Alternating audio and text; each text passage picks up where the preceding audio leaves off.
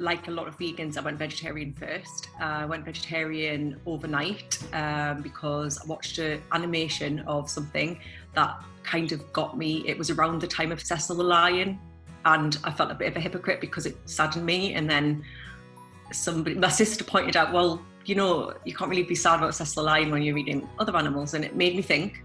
Then I watched this animation and I just decided one day I wanted to give up meat. And I didn't know enough about veganism. I think I would have gone straight into that. But I think at the time it wasn't a well understood lifestyle. It wasn't on the news like it is now. It isn't in a restaurant almost now. And I learned at my own house party, which I'd catered for vegans at that house party, I kind of did the classic, so why are you vegan? Why, you know, that kind of question that you always get asked. And my sister said, just look into it. I'm not going to tell you. If you really want to know, do your own research. She said, but all I'm going to say is, for the same reasons I think you're vegetarian, I think you would be vegan for the same reasons. So you're already halfway there, she said, have a look. And I think you've got a big enough heart that it would encourage you to do the next step. So I did, and within weeks I decided to transition, and it took me a few weeks, but that was the December, and by February I was full blown vegan. The online community has helped a great deal because I didn't really I wasn't following any vegan accounts on Instagram or anything when I went vegan, but had I, maybe I would have done it a little bit sooner. And I think Veganuary's been a huge push for people, because they were the first people to like advertise vegan kind of messaging on the tubes and things, and I think that was a strengthening for me. So it's the kind of slow burn originally, and I think it was 2018 where things started to become a little bit more snowball, and people started to talk more about it and be slightly less judgmental about veganism, because they started to understand it in a safe way. So it wasn't like the classic preachy vegan that they assumed we were. It was more friends and family saying, oh gosh, have you heard about that? And it's kind of seeped through and drip fed until the point where I think we're at now, where it's kind of aggressively like gaining momentum, which I think is because of the vegan community, and because we are such a range of different types of people are vegan. There's no stereotypical vegan. We're all unique. We're all completely different, and that's why it works now, because people identify with somebody like them, who might be a celebrity, might be just somebody on Instagram, might be a friend or family who they respect, who's taken up the lifestyle, and I think that's why people are more inclined to do it. Started as a vegetarian blog, and it wasn't a blog site, it was just Instagram. And I was just, because I love cooking. I've always been the one in my family who likes to cook, and I did a few bits and pieces for some friends, and they've basically said to me, you know what, you should put these on you should start putting these on Instagram.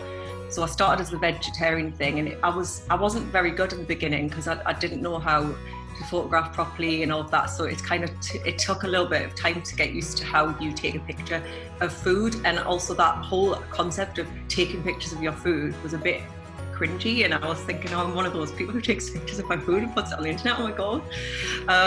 But then I grew with it and thought, well, no, because it's actually helping people to see what they can do with the food, and it wasn't a big thing, veganism, then. So I think I was another contributor to helping people, and a lot of people have said, you know, this is really good, keep it going. And I think it inspired some people to go vegan, and I know it did, because that's kind of the message I got. And that's when I realized, okay, this is actually helping people to make the transition, rather than thinking that vegan food is just rice and beans and pulses and grains. You can have a bit of fun with it, and that's what I love about blogging now, is the creativity you can have, because there is so much more access to products and ingredients, that the more you start cooking, the more you discover, and that's what I like to inspire people to do, to reuse their whatever they have at home, and create something fun from it, where you can inspire people with a series of recipes that changes their whole understanding of being vegan. And that's my favorite feedback. You changed my perspective of veganism. I thought it was rubbish and dull, but you make me hungry when you post. That's the most common compliment I get. You make me hungry. When I open my Instagram and I see your post, you make me really hungry, and that's from meat eaters, that's from vegans alike. So I guess I'm demonstrating through my cookery, and I'm kind of spreading the message of veganism through my recipes.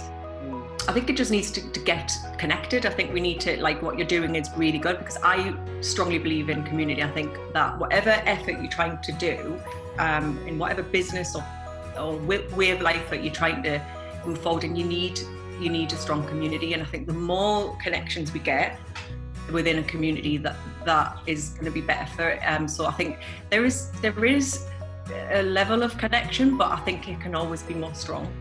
And I think I think we need to represent. For example, at the moment, Black Lives Matter has highlighted that there is a little bit of a divide, and there's not enough balance in terms of who's represented in the community. So I think representing people of colour, and specifically Black people, and getting them opportunities. And there's a lot of incredible Black bloggers and people of colour who blog as well, who I think deserve just the same opportunities that other bloggers might get, and they don't. So I think highlighting the diversity within the blogging community is really important, and I think that can only happen if we make connections with each other and encourage each other to support what we're doing in our work.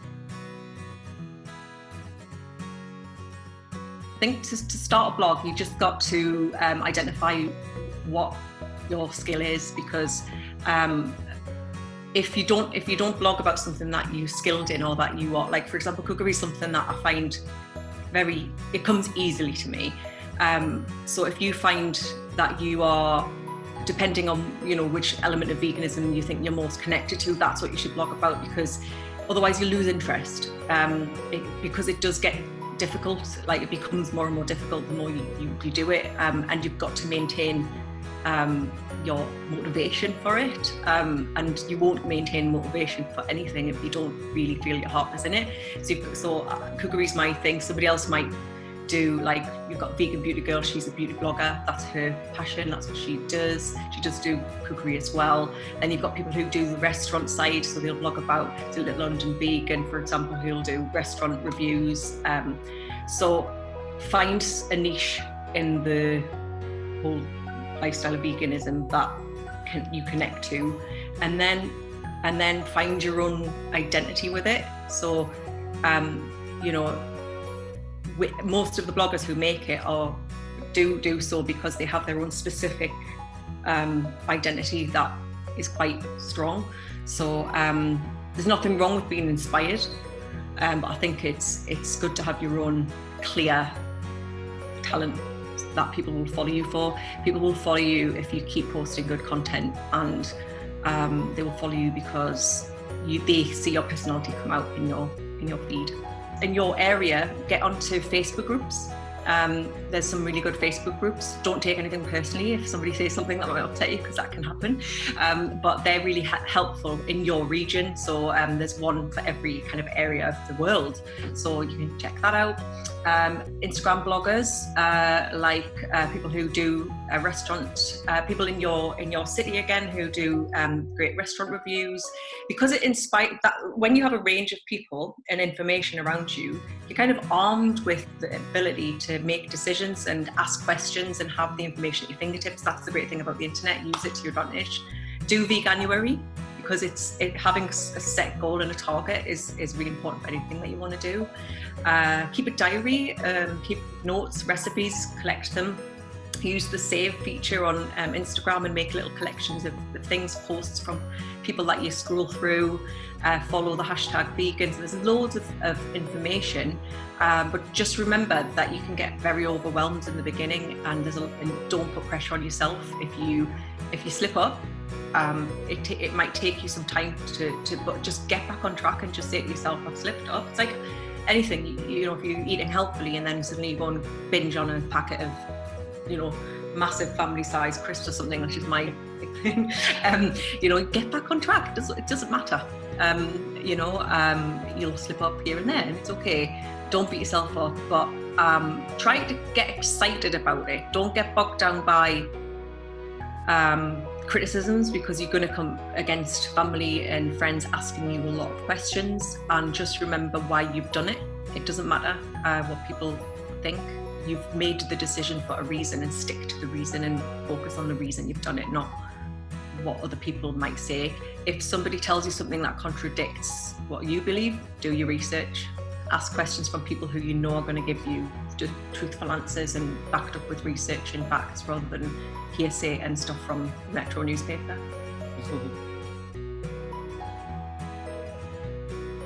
I think we have to build this community and strengthen it. If you do want to find out more about my work, I have a blog, which is lifebymslewis.com, which is MS, not Miss. And I have an Instagram, Life by Ms. Lewis, as well. I do a Facebook with the same name. And if you have any kind of requests or you want any help or advice, you're welcome to email me at kim@lifebymslewis.com.